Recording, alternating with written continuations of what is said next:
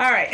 Yes, it freed me this morning. That family constellation session really moved some things through my body and out of my system when it comes to family patterns and things that get stuck in our families. And we don't even realize like how much shit we carry from our family lines that does not belong to us, like the events happening in your life right now when you're sitting back going, why are these things happening to me? I don't understand. Might not be you at all.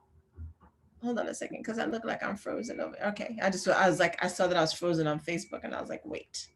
um it might not have anything to do with you. You are so busy trying to figure out what is going on, why are these things happening in my life, and it's not you. It's not you. It's the shit that has come through your family line. Huh. And so I personally think that this is part of our awakening, like humanity as a whole. This wasn't work that we had to do before. It wasn't a necessity, right? Pretty much you got up, you farmed or you hunted. Everything was really clear. Everything was very succinct. You were in your tribe. You didn't live as long. There wasn't anything to heal because there wasn't anything going on.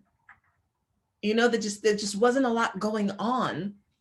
But as a collective, humanity, there was a lot going on, right? In individual tribes or places, maybe not, but as a collective over our timeline, there are things that have happened that have affected us. So I'm thinking about my grandparents, you know, growing up in at the end of the Great Depression, or being born toward the end of the Great Depression, and how not only did money affect them, but race, right? So they've got two elements going on for some of you, and to let's be I don't say fair, but for some of you, if your families came here from Ireland, you know, they had money and that they were Irish, or they had money issues and that they were Jewish, or they had money issues. You know what I'm saying? Like, depending on when you came to this country, you not only had money issues, but you had the cultural issues that you were bringing with you here, your issues of scarcity, because most people were coming, the ones who came here by choice were coming here because they were fleeing something else. Do you know what it takes to leave your home country with no hope of returning, and to come to someplace you've never been because there's a shot that your life might be kind of better there? How much courage that takes. And then for those of us who were, you know, the ancestors of those who were kidnapped from their homes and brought here, do you know what it takes to be resilient enough to survive those types of conditions? And so then you get into this area of, like, you know, the 1940s and 50s. And y'all, I'm not speaking historical. This is just the feeling that's coming through me, right? So this is all my personal opinion energetically. You get to like the 1940s and 50s, and it's okay, war is done, you know, and people are now people are settling in. Because think about it, there was World War I, there was World War II. Before that, you know, there was still this, you know, there was just nothing was settled in yet, really, between like the Civil War and World War I. I mean, they were trying to, but then it wasn't. So now, after World War II is when things are kind of sort of being smoothed out. You know, white people living over here, Black people living over here. I'm not saying it's right. I'm saying smooth out, right? To the to help the government work. Now shit starts coming up. There's nothing else to fight. So now shit starts coming up. You get what I'm saying? Now in the 60s, there's this, you know, they're the young adults and the teenagers are like, hold on. There's something not quite right about the way we're living. You know, the 70s, you know, Black folks are like, hold on. We've been doing this for a long time and we still don't have the shit that we said that we were supposed to have already. Our leaders have been assassinated. Shit's still not right. And so you start to get people who were like, something's got to change, and maybe they're not sure how.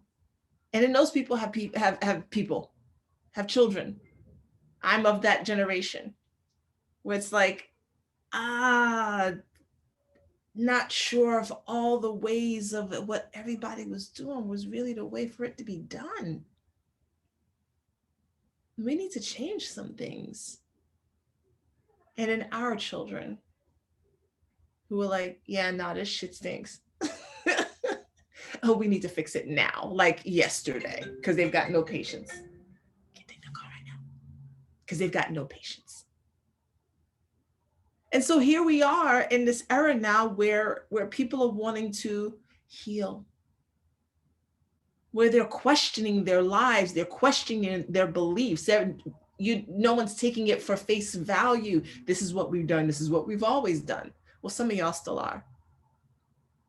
But there's so many people who are like, there's got to be something different. And now you're waking up to your life, and now you're looking around going, but why am I having such a hard struggle? And now it's like, oh, my parents went through some shit because my grandparents went through some shit because my great-grandparents went through some shit. And they didn't know to even handle their shit.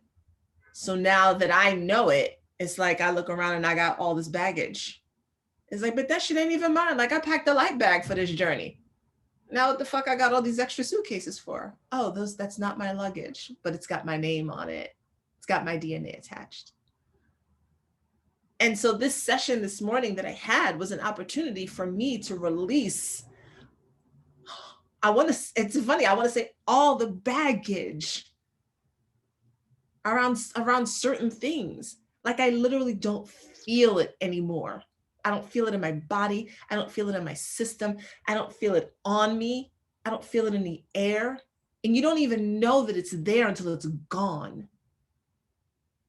That's the thing about it. You don't even realize how much you're carrying, the weight that you're carrying from your family's decisions, until it's not there anymore. And you're like, oh, this is me. Oh, okay. And so I encourage you, if you have never had a family constellation session before, to have one, because it frees you from so much. And so, yeah, I don't know what else I have. I mean, that's really just it. I want to encourage everyone to, as you work on clearing you, know that it's not just you. And you're going to have to do some ancestral work. Like, you're going to have to do some ancestral work for the ones who didn't know to do it, for the ones who maybe did know to do it, but just weren't in a position to actually do it. Because your life isn't just about you. And even if you don't have children or don't plan on having children, your life still isn't just about you, because you're part of a collective. And every time you heal your ancestral line, it branches out. And if we all really began healing our ancestral lines, then moving forward, things would be a lot different. And I mean, all of us, I don't care what party you're affiliated with. I don't care how much melanin or not you have in your skin. I don't care what your country of origin is. If we all start doing our ancestral work and start healing that shit, we will make our present day life better. And moving forward, we will make our life better. It's not just about you. And so doing that work today, light. Like after the session was like, how do you feel? I was like, I feel new. I feel new. So I encourage you to do that work. All right, short and sweet today, because I'm so late with my day already. I said I was going to be on here between 11 and 12, and like, it's Saturday. I gotta get some things in. I love you all. I will be back here tomorrow. Thank you for watching now. Thank you for watching the replay. I love you. Enjoy your day. Bye.